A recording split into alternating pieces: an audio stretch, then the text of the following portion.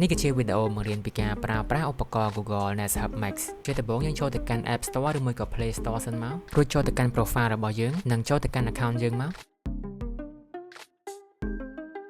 បន្ទាប់មកចុច Country និង Region និងចុច Change Country or Region រួចស្វែងរកប្រទេស Thailand ដោយសារតែយើងត្រូវដូរទៅប្រទេសថៃទើបអាចប្រើកម្មវិធីមួយនឹងបានហើយចុច Agree នៅខាងលើរួចចុច None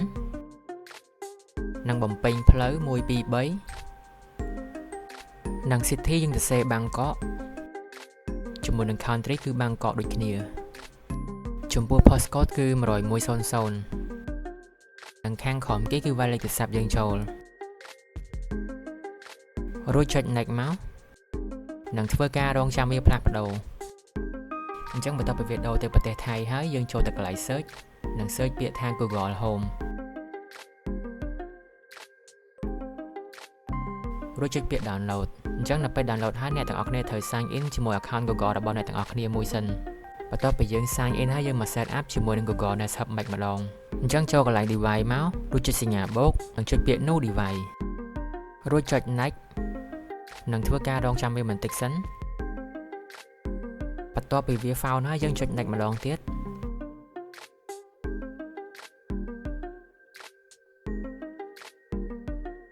បន្ទាប់មកគឺវាបង្ហាញកូដដូចគ្នាហើយមានន័យថា device របស់យើងគឺអាច pair ជាមួយនឹង Google Nest Hub នឹងបានហើយអញ្ចឹងយើងចុច Yes មកនិងចុច Yes ម្ដងទៀតមករួចចុច OK និងរើសទីតាំងរបស់យើង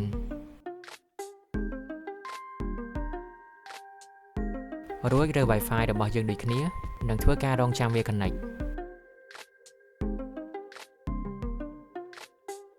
ដល់កន្លែងនេះយើងរើសភាសាមកខ្ញុំរើស English United States រួចចុច Next និងចុច Next ម្ដងទៀតបន្ទាប់ពីយើង set up Google Nest Hub ហើយយើងមកចូល App Tuya ដើម្បីយើង connect ជាមួយវាម្ដងនិងដើម្បីបញ្ជាឧបករណ៍នៅក្នុង App Tuya ពី Google Nest Hub ទៅអញ្ចឹងយើងចុចកន្លែង Me មករួចចុច Google Assistant និងចុច Link to Google និងចុច Agree and Link ដល់កន្លែងនេះវិញអ្នកទាំងគ្នាអាចរើស device ណាមួយក៏បានដែរនៅពេលរើសហើយយើងចុច Next រួចចុច Next ដែរដល់កន្លែងនេះយើងរើសបន្ទប់របស់យើង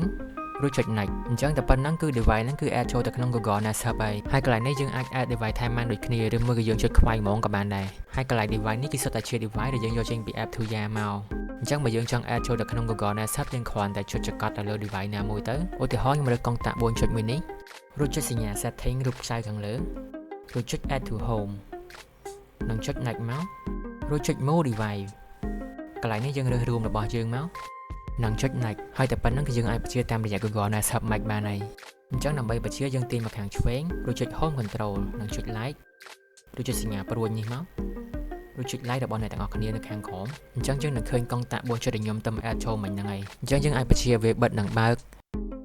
និងសេរីកម្រិតពន្លឺបើសិនជាយើង add អំពូលណាមួយចូល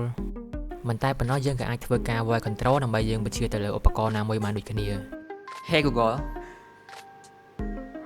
Turn on my AC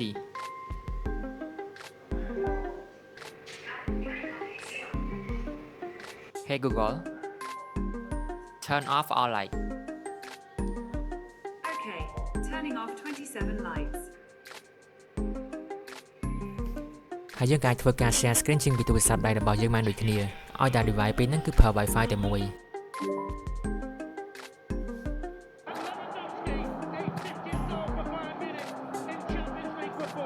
មិនតែប៉ុណ្ណោះយើងក៏អាច connect Bluetooth ដើម្បីវាក្លាយទៅជា speaker បានដូចគ្នាគ្រាន់តែយើងចូលទៅកាន់ setting រួចចុច Bluetooth និងចុច use display រួចយើងចូលទៅកាន់ទូរស័ព្ទដៃរបស់យើងនិងចូល Bluetooth និងស្វែងរក device មួយហ្នឹងមករួចចុច connect អញ្ចឹងតែប៉ុណ្្នឹងគឺយើងអាចប្រើវាជា speaker បានហើយ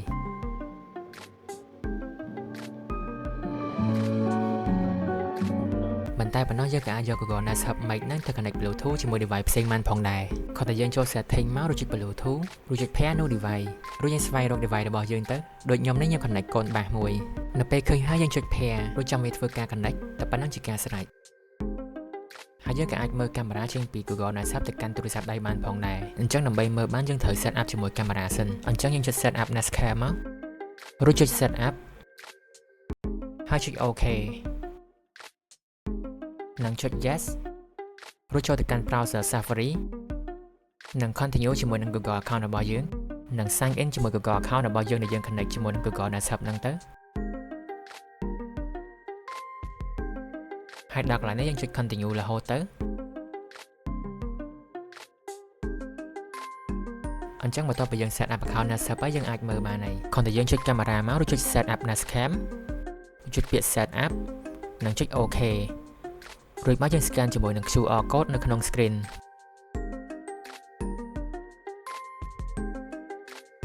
បន្ទាប់មកនៅពេលដែលវាជា connected ហើយយើងចុច next មក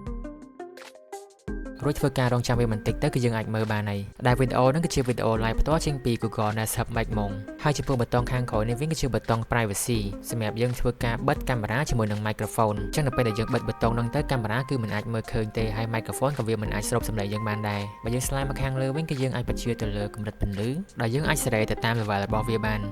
ហើយយើងក៏អាចសេរីកម្រិតសំឡេងបានផងដែរដែលយើងអាចធ្វើការតម្លាក់និងតម្លើងវាបានតាមចិត្តបើមិនអញ្ចឹងយើងអាចសេរីទៅតាមរយៈប៊ូតុងខាងក្រោយនេះក៏បាន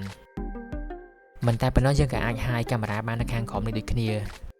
ចំពោះមុខងារមួយនេះវិញគឺជាមុខងារ Do Not Disturb អញ្ចឹងនៅពេលដែលយើងបើកមុខងារហ្នឹងទៅរាល់ notification អ្វីគឺវាមិន load មករំខានយើងទេហើយវាក៏មានជា alarm សម្រាប់យើងកំណត់ម៉ោងរោបានផងដែរ